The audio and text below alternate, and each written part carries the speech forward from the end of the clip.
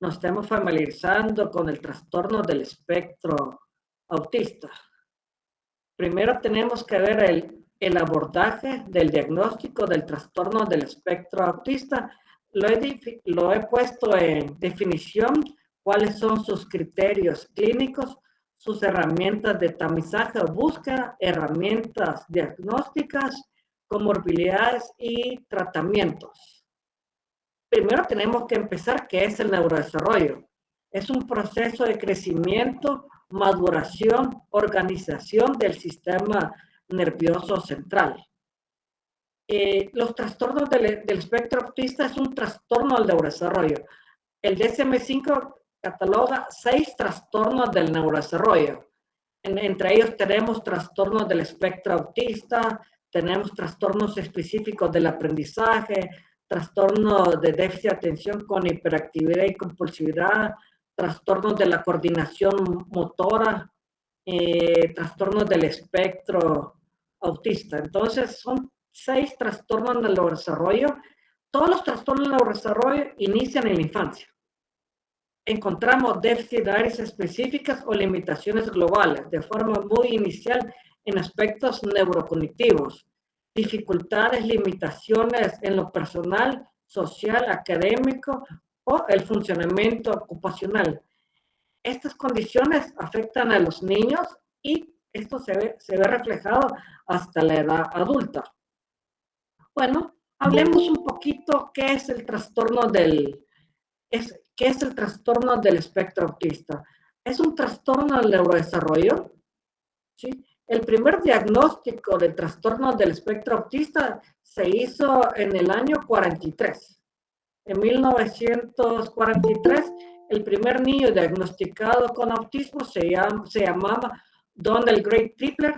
Él nació en Mississippi en el año 1933 y falleció el 15 de julio del 2023.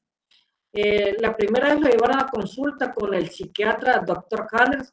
El Dr. Canders trabajaba en Johns Hopkins, entonces Donald, por eso le llamamos Donald T., fue identificado en un artículo, fue el primer diagnóstico de autismo. Eso se empezó a hacer hasta el año 1943 que se hizo la publicación.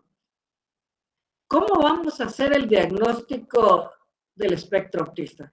Es un proceso diagnóstico actual. Lo más importante es la historia clínica, el juicio clínico y nos ayudan las herramientas diagnósticas. Como todos sabemos, esto tiene que ser multidisciplinario, desde el médico general, desde los pediatras que ven consulta externa, control de niños sanos, los neurólogos pediatras, los psiquiatras, los neuropsicólogos, todos estamos involucrados en este proceso.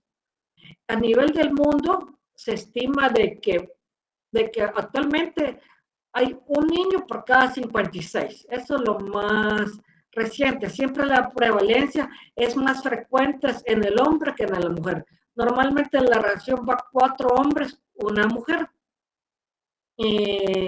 Primero, el juicio clínico. ¿Cómo nos van a llegar a cómo se presenta el autismo? Tenemos una forma precoz. ¿Cuánto sospechamos forma precoz? Hay una disminución del contacto visual. Esta disminución del contacto visual lo vemos más o menos a los 6 meses. Hay una disminución de la sonrisa social y vocalización, más o menos a los 6 meses. Pero lo más frecuente es la sospecha de los papás. ¿Sí? Los papás sospechan, a veces el pediatra no está muy convencido de que es autismo. Ya a los 15 meses los síntomas son más claros. ¿Y cuál es el motivo de consulta? Que nos llegan los pediatras o los neurólogos pediatras, que el niño no habla. ¿Cuándo lo vamos a empezar a sospechar? Yo pienso que la clave es a los 12 meses.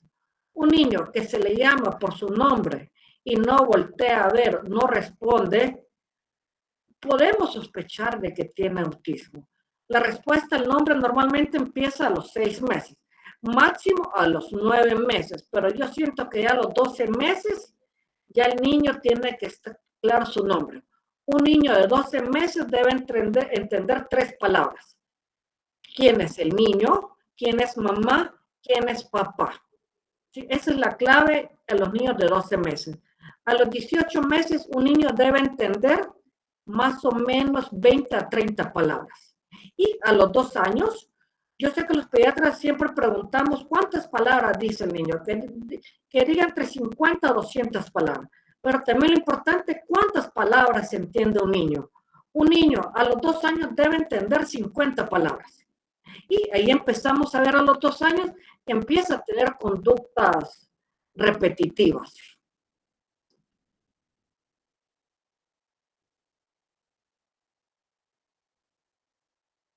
Uy, se congeló. La siguiente forma de presentación, que sea regresivo. El niño, su desarrollo iba normal, sí mantenía un contacto visual y de repente deja de hablar, deja de tener el contacto visual y empieza el retroceso. Las regresiones del trastorno del espectro autista normalmente nosotros lo esperamos a los 18 meses, pero el rango puede ir desde los 12 meses a los 24 meses. Y la forma que últimamente la estamos investigando es el desapercibido. Es el niño con trastornos del espectro autista de alta funcionalidad. Normalmente este diagnóstico lo hacemos ya en la edad escolar o en la adolescencia. ¿Cuándo lo empezamos a sospechar? Que el niño no tiene amigos. Normalmente un niño presenta a su mejor amigo a los 5 años. Ya en la adolescencia vemos, en la edad escolar y en la adolescencia vemos que ese niño no tiene amigos, no sale a los recreos a jugar. Y sus temas son muy específicos. Le gustan dinosaurios, le gustan los planetas, le gustan las banderas. Entonces, así empezamos a sospechar un niño en la edad escolar y en la adolescencia. Entonces, lo importante es la historia clínica y los datos familiares. En la historia clínica, lo que hacemos siempre, los hitos del desarrollo. En los hitos del desarrollo tenemos que evaluar la parte motora gruesa, la parte motora fina, cognición, habla y social. ¿Sí? Hay diferentes escalas que ustedes están mejor familiarizados y en la exploración física vemos su circunferencia cefálica, su perímetro cefálico, su peso, su talla, ¿sí? Vemos si tiene dismorfias, porque tenemos que ver, hay autismos sindrómicos y no sindrómicos, tenemos que ver manifestaciones cutáneas y el examen neurológico. ¿Sí? Siempre que sospechemos autismo, tenemos que descartar que no tenga algún problema auditivo. Lo más nuevo, lo que se recomienda ahora ya es hacer estudios genéticos, ya no solo quedarnos que al niño le hicimos el diagnóstico de trastorno del espectro autista y como que esa fuera la meta final. Ahora no, tratamos de avanzar cuál fue la causa de este trastorno. La otra parte, en la parte familiar, ¿verdad? Y también en los antecedentes, edad materna, una mamá arriba de 35 años es un factor de riesgo, un papá mayor de 45 años es un factor de riesgo autismo. Prematurez, el prematuro tiene el 26% de presentar autismo. Y en el parto, si tiene sufrimiento fetal, ¿sí? Esas nos ayudan en la parte de la historia clínica. Lo más importante que el DSM-5 desde el 2013 nos dio 2 ejes principales. Deficiencias persistentes en la comunicación social y la interacción social y patrones. Estos patrones restrictivos, repetitivos. Y estos comportamientos, actividades son restringidas. Esos son los 2 ejes centrales. Esos no se les puede escapar. Persistencia en la comunicación social y patrones conductuales, restrictivos, repetitivos. Aquí no se menciona el habla. El habla no es parte del eje central para el diagnóstico de autismo. ¿Cuáles son las deficiencias persistentes en la comunicación social y en la interacción social? ¿Qué es lo que debemos de considerar? Deficiencia en la reciprocidad socioemocional, deficiencia en las conductas comunicativas no verbales, utilizar la interacción social, deficiencia en el desarrollo, mantenimiento y comprensión de las relaciones sociales. Una de las preguntas que le hacemos a los papás, mire, cuando usted está enfermo, ¿qué hace el niño cuando usted la ve enferma? Vemos si hay una interacción con mamá, una interacción con papá, cuando el papá o mamá están enfermos. Las comunicaciones no verbales, cuando un niño sale de una habitación, se despide, hace el gesto del adiós, tira besitos. Eso es muy importante, que lo que tenemos que evaluar. Los patrones restrictivos y repetitivos. Tenemos que observar cómo utilizan los objetos, cómo utilizan, alinea los juguetes. Hay niños que solo le dan vuelta al carrito y juegan solo con la llanta. A veces se molesta que le toquen sus objetos. Ecolalia que repite, hay ecolalia inmediata que repite lo último que dice mamá y papá. Normalmente la ecolalia ya en la etapa escolar ya se va perdiendo, ¿verdad? Y las frases idiosincráticas, ¿verdad? Que son frases claramente aprendidas, ya sea por YouTube o TikTok. Una de las frases que más escucho es: suscríbete a mi canal, dale likes. Entonces, son palabras o hablas estereotipadas o repetitivas. ¿Qué son las estereotipias? Las estereotipias son movimientos involuntarios. Lo más importante es que no tienen propósito. Es coordinado y rítmico. Se realiza de la misma forma. Nosotros normalmente lo empezamos a notar antes de los 3 años y no tiene ningún...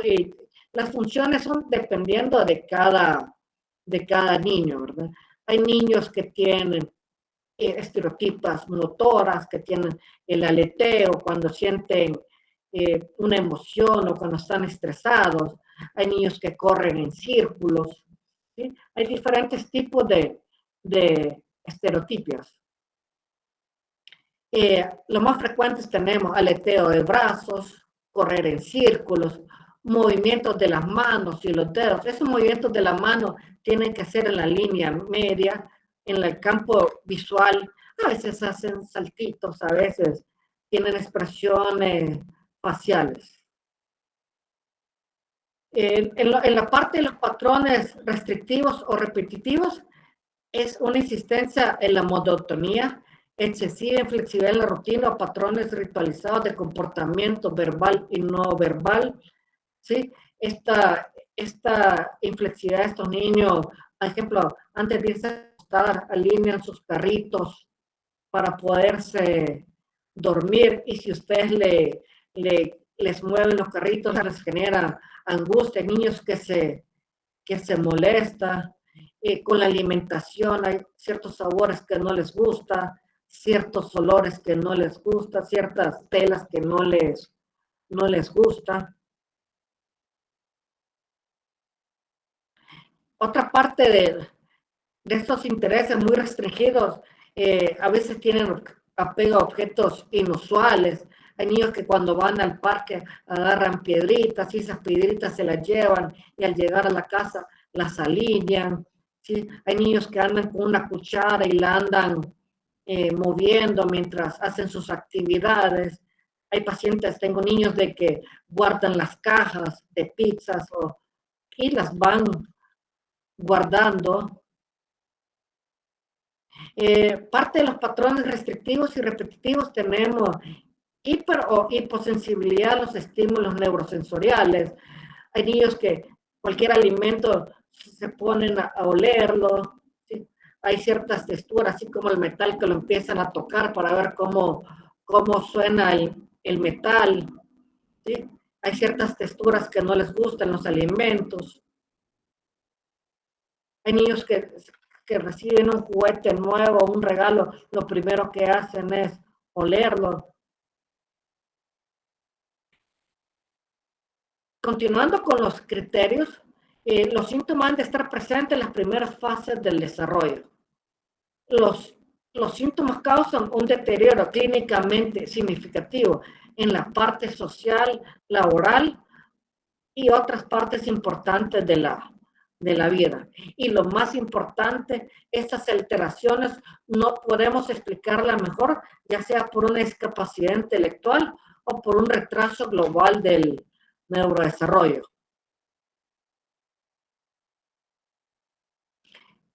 Lo que hablamos eran los criterios del DSM-5, pero también están los criterios del 6-11. Para el trastorno del espectro autista, ellos siempre lo clasifican como dentro de los trastornos del neurodesarrollo. Son déficit persistente en la habilidad para iniciar, sostener relaciones, interacciones sociales y comunicación recíproca, diversidad de patrones de comportamiento e intereses restrictivos, repetitivos e inflexibles. Esto es lo más importante, todo pediatra, la primera prueba que deberíamos de pasar, ¿sí? Bueno, tenemos que irlo en herramientas de tamizaje o búsqueda y herramientas confirmatorias. Estas herramientas, lo importante es que nos brindan una información única, crítica de la parte clínica y refuerzan o descartan el diagnóstico de autismo. Lo más importante es que la clínica y los instrumentos nos van a hacer más fácil para el diagnóstico. Unificar criterios. Todo pediatra debería pasar la prueba ENCHAT. Se llama ENCHAT-RF. Normalmente la hemos de pasar entre los 16 meses y 30 meses. Todo niño cuando cumpla 18 meses debe tener obligación de hacerse el ENCHAT. Antes lo pudiéramos hacer a los 16 meses si tenemos factores de riesgo, edad materna mayor de 35 años, edad paterna mayor de 45 años, el niño es prematuro, tuvo sufrimiento fetal. Entonces, pero todo pediatra debería pasar ENCHAT-RF. Son 20 preguntas, más o menos nos tardamos 20 minutos y tiene una buena sensibilidad y especificidad de 0.8. Y nos da 3 datos, riesgo bajo, riesgo medio y riesgo alto. Decimos que riesgo bajo si presenta de 0 a 3 puntos, riesgo medio de 4 a 7 y alto de 8 a 20. Una vez ya le pasamos la prueba de tamizaje ENCHAT, necesitamos pruebas diagnósticas. Y lo importante en las pruebas diagnósticas, que nos ayuda a evaluar alteraciones de la comunicación social y que estos comportamientos sean repetitivos e intereses restrictivos. Prácticamente son los 2 pilares para el diagnóstico de trastornos del espectro autista. ¿Cuáles son las pruebas? El gold estándar a nivel del mundo es ADIR, ¿sí? Esta la podemos iniciar, se indica para mayores de 2 años. Tiene una sensibilidad del 0.52 y una especificidad 0.84. Esta prueba viene desde los años 90, más o menos son 93 preguntas, ¿sí? Entonces, se enfocan en estos 2 pilares, más o menos nos tardamos de 2 a 3 horas en pasar la prueba, si es una prueba que sí requiere mucho tiempo. Y otra cosa muy importante, que usted necesita estar certificado para poder pasar la prueba, ¿sí? Esta es con la historia de papá y mamá o la cuidadora, ¿verdad? De ahí tenemos A22. Esta prueba ya es con el niño. Realmente son 5 módulos, del 1 al 4, y está el módulo más nuevo que es el módulo T, para el niño que empieza a caminar. Tiene una sensibilidad de 0.94 y una especificidad de 0.88. Más o menos necesitamos de 45 minutos a 1 hora y cuarto. Son varias áreas que se evalúan con el niño. La desventaja de la prueba, que el equipo más o menos vale $3,000, el equipo original para poder realizar la prueba, y necesitamos más o menos 45 minutos o 1 hora y cuarto para poderla pasar. También existen pruebas complementarias, ¿verdad? Ya vimos los criterios clínicos, ya vimos las pruebas de búsqueda y las pruebas diagnósticas, pero normalmente encontramos otras cosas. ¿A quién le vamos a indicar resonancia magnética cerebral? Se indica cuando el niño presenta microcefalia o macrocefalia, presenta epilepsia y si encontramos una alteración neurológica. ¿Sí? Esa es la única indicación de la resonancia magnética: microcefalia, macrocefalia, epilepsia y un examen neurológico anormal. Otra prueba, el electroencefalograma. No es de rutina, ¿sí? Las únicas indicaciones que esté indicado que hagamos electroencefalograma, que tenga una regresión atípica. Nosotros esperamos la regresión entre los 12 meses a 24 meses. Un niño que empieza regresión entre los 3 o 4 años, sí es mandatorio hacerle el electroencefalograma, pero más para descartar una encefalopatía epiléptica del desarrollo o cuando sospechamos crisis epilépticas. ¿Cuál es el diagnóstico diferencial? Diagnóstico diferencial es cuando tenemos un niño con retraso del habla, que tengamos retraso en la formación del lenguaje, hipoacusia, déficit intelectual. Ahí sí son los diagnósticos diferenciales cuando tenemos un niño con retraso del lenguaje. El 70% de los niños con autismo son verbales, el 30% son no verbales. En los problemas sociales hay que ver si no tiene ansiedad social, dificultades del aprendizaje. Los trastornos específicos del aprendizaje los empezamos a sospechar arriba de los 6 años.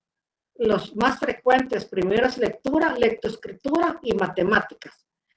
También tenemos la parte social, déficit de atención con hiperactividad e impulsividad. El diagnóstico lo hacemos a partir de los 6 años, pero lo podemos empezar a sospechar a los 3 años. Ya en la etapa preescolar ya podemos sospechar TDA. Y con los estereotipos, tenemos que observar que el niño no tenga déficit intelectual, trastorno obsesivo compulsivo o síndrome de Tourette.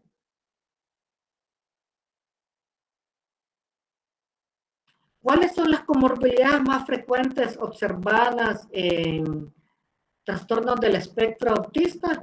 El déficit intelectual lo observamos en el 50% de los pacientes y es más frecuente en el sexo femenino.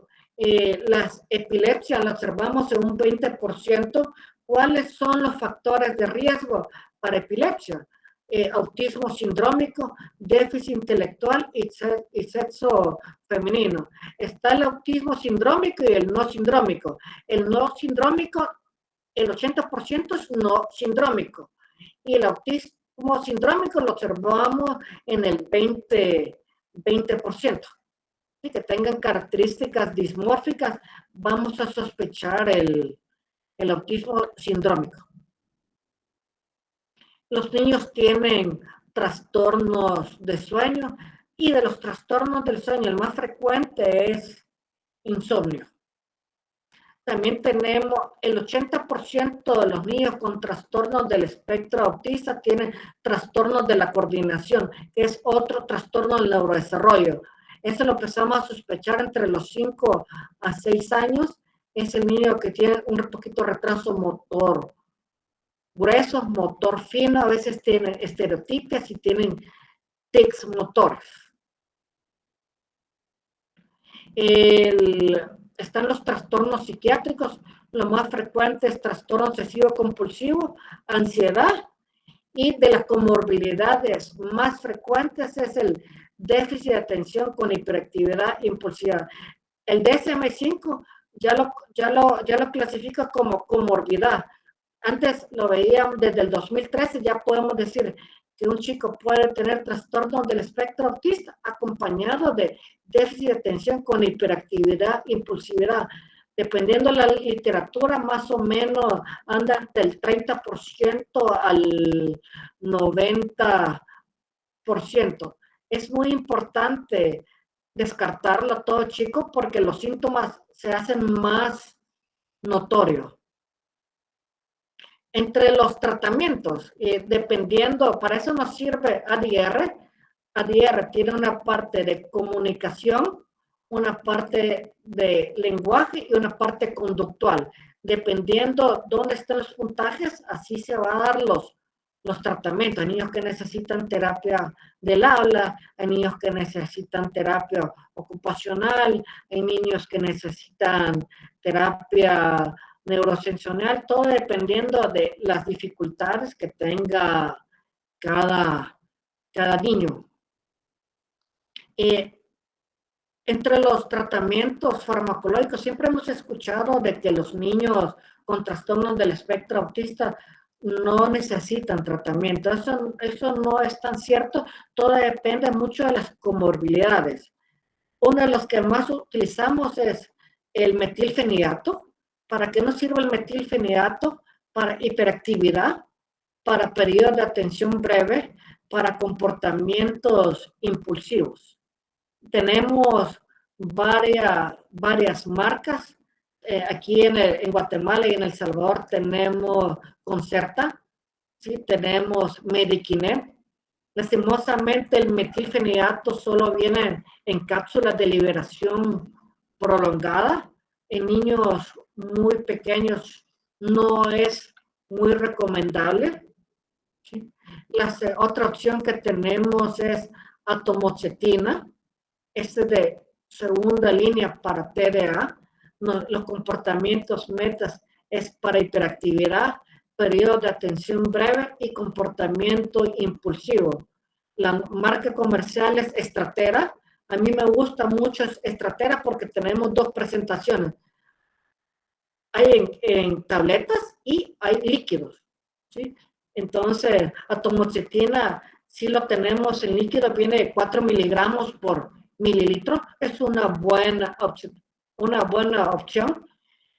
En lo personal, yo pienso que el mejor tratamiento para un niño con autismo y TDA y es muy pequeño, yo siento que una buena opción tenemos los alfa-agonistas, guanfacina y clonidina. Lastimosamente en Centroamérica no tenemos guanfacina. Clonidina sí la podemos conseguir en México y sin receta controlada fuera una buena opción. En lo personal yo siento que niños muy pequeños con trastorno del espectro autista y TDA, guanfacina y clonidina fuera un buen tratamiento. ¿Cuáles son los comportamientos metas? Para controlar la hiperactividad, sus periodos de atención breve, comportamientos impulsivos, problemas de sueño y tics. De los medicamentos que también más utilizamos en Guatemala están los antipsicóticos, risperidona y aripiprazol. Risperidona lo vamos a conocer como Risperdal o Psicodol y el aripiprazol lo vamos a conocer como Ilimit. Siempre hay que tener mucho cuidado con los antipsicóticos porque nos dan muchos problemas metabólicos, pero nos sirve mucho para los niños irritables, los niños que tienen autoagresión, que tienen autolesiones, que tienen problemas de sueño, hiperactividad, comportamientos repetitivos y tics. Una vez le dejamos los antipsicóticos, tenemos que estar pendientes con sus pruebas. Las que se recomiendan son insulina, nivel de glucosa, colesterol, triglicéridos, porque nos metemos el problema de los síndromes metabólicos que nosotros los pediatras normalmente no lo vemos. Y lo que sí van a ver muy frecuente son el 20% de los niños presentan epilepsias. Siempre nos da miedo qué anticonvulsivante vamos a utilizar para un niño con trastornos del espectro autista, carbamazepina es una buena opción. Yo sé que los pediatras no lo utilizamos mucho. El que más utilizamos es el ácido valproico. La motrigina es una buena opción. Oscarbazepina es una buena opción. Topiramato. De la carbamazepina, el nombre comercial es Tegretol. Ese viene en tabletas y viene líquido. El ácido valproico tiene sus ventajas, que vienen en gotas, vienen en jarabe y vienen en tabletas. La motrigina, lastimosamente, solo viene en tabletas. La oscarbazepina, esa sí tenemos en tabletas y tenemos líquido. El topiramato solo en tabletas. ¿Qué es lo que nos interesa? Nos ayuda a las convulsiones, a los problemas de humor, a las autolesiones, a las agresiones. Normalmente nosotros vamos a ver que muchos niños, lo primero que le dejan son los antipsicóticos. El más frecuente es el psicodol, ¿sí? Y acuérdense que los antipsicóticos son proconvulsivantes, y ese niño convulsiona, hay que tener mucho cuidado. Yo siento que una buena opción, un niño que convulsiona y con problemas de agresiones, autolesiones, yo siento que carbamazepina es una buena opción. El más familiarizado es el ácido valproico. Ese es el que de batalla de nosotros los pediatras. De los otros, ya una vez hemos terminado con las terapias, dependiendo de la edad del niño, cuando le hacemos el diagnóstico. Si tenemos muchos problemas de comportamiento, utilizamos agua, que son terapias conductuales. También utilizamos el Denver, que son terapias conductuales. Entonces, dependiendo de dónde esté el problema del niño, así van a ser las terapias. ¿Alguna pregunta, duda?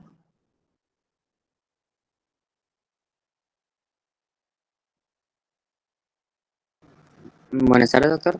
Sí, buenas tardes. Yo sí tengo una duda, más que todo sobre el pronóstico en cuanto al desarrollo, si lo van a ver, emocional, social de estos pacientes. Creo que va a depender también del momento de la intervención, pero ¿cómo podemos nosotros tener en cuenta qué tanto podemos alcanzar o qué tanto podemos mejorar dependiendo de ese momento en que se intervenga? Yo siento que la clave tenemos los diagnósticos tempranos y los diagnósticos tardíos. Decimos que a un niño le hacemos el diagnóstico temprano si lo hacemos antes de los 3 años. Y las intervenciones son efectivas en el 85% en los menores de 3 años. Ya arriba de los 3 años ya son diagnósticos tardíos. Más o menos en España, desde que el papá notó los síntomas, ¿sí? Y nosotros los neurólogos pediatras hacemos, o el pediatra hace el diagnóstico, más o menos se tarda 13 meses.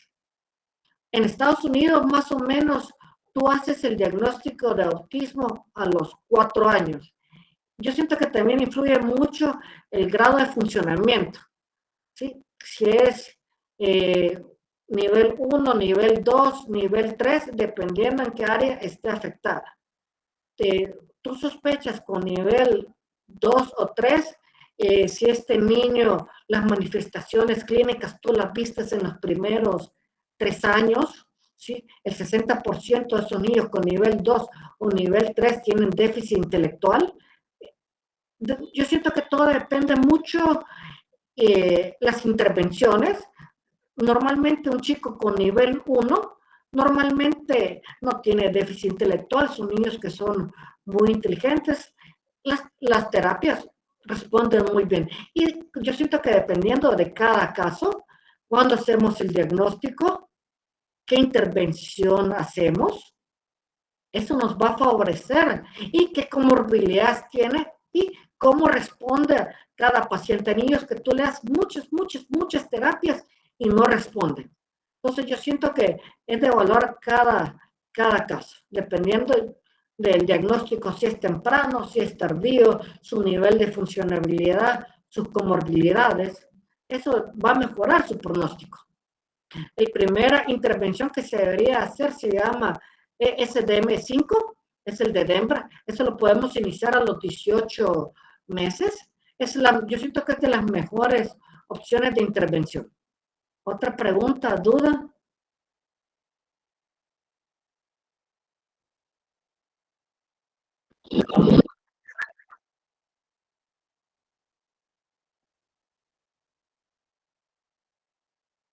Ah, sí, sí. Fíjense que a mí hay uno que se ve mucho en Estados Unidos, se llama el protocolo Nemetschek. El protocolo Nemetschek es de un patólogo estadounidense. Él utiliza mucho omega 3, ¿sí? Utiliza probióticos y utiliza inulina. Entonces, lo que pasa es que los estudios como que no respaldan mucho el uso de medicamentos alternativos, ¿verdad?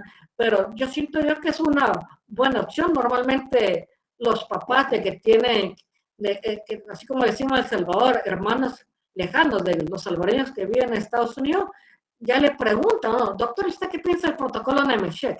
Yo siento que por lo menos uno como pediatra debe estar familiarizado. Ese lo ven en Facebook, pone protocolo Nemetschek y ahí les mandan el link para el protocolo. Es una buena opción así porque hay papás que no están convencidos con los medicamentos tradicionales, ¿verdad? Ah, y otra muy importante, ya hicimos el diagnóstico de autismo, ya cumple los criterios clínicos del DSM-5, ya le pasamos ENCHA, ya le pasamos ADR, ya le pasamos A22. El siguiente paso, hay que pasarle las escalas del desarrollo, ¿sí? Para saber cómo está, si tiene un retraso en el neurodesarrollo, ¿sí? Y lo más importante, siento yo, no solo quedémonos con el diagnóstico de autismo, sino hacer las pruebas genéticas. ¿Sí? Lo más recomendado es microarreglos. ¿Sí? Es una buena opción para mí. Todo paciente con diagnóstico de autismo, todos deberían de tener microarreglos, que son pruebas genéticas. Si no me equivoco, en Guatemala anda como por 14,000 quetzales. ¿Sí? El otro que nos ayudaría mucho, el 1 o 2% de los niños con autismo tienen X frágil, es otra prueba que le deberíamos de mandar. Un niño con déficit intelectual, autismo, convulsiones, pudiéramos sospechar X frágil. Lo malo de los microarreglos que solo detectan el 10 a 20% de las variantes. No es que todo niño que le hagamos microarreglos, pruebas genéticas, no siempre nos ayudan, solo el 10 al 20% nos ayuda, pero yo siento que es iniciar con algo. Doctor, en Guatemala microarreglos ninguna universidad las hace, ¿verdad?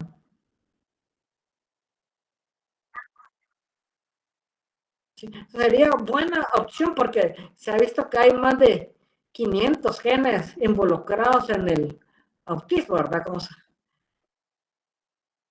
Sí, 14,000, pero sí, aquí en El Salvador valen $2,000. Pero lo malo es explicarle al paciente de que solo el 10 al 20% vamos a encontrar variantes. Así que causen. Sí, eso sí es cierto, pero ahí lo importante es que ofrecerle a los pacientes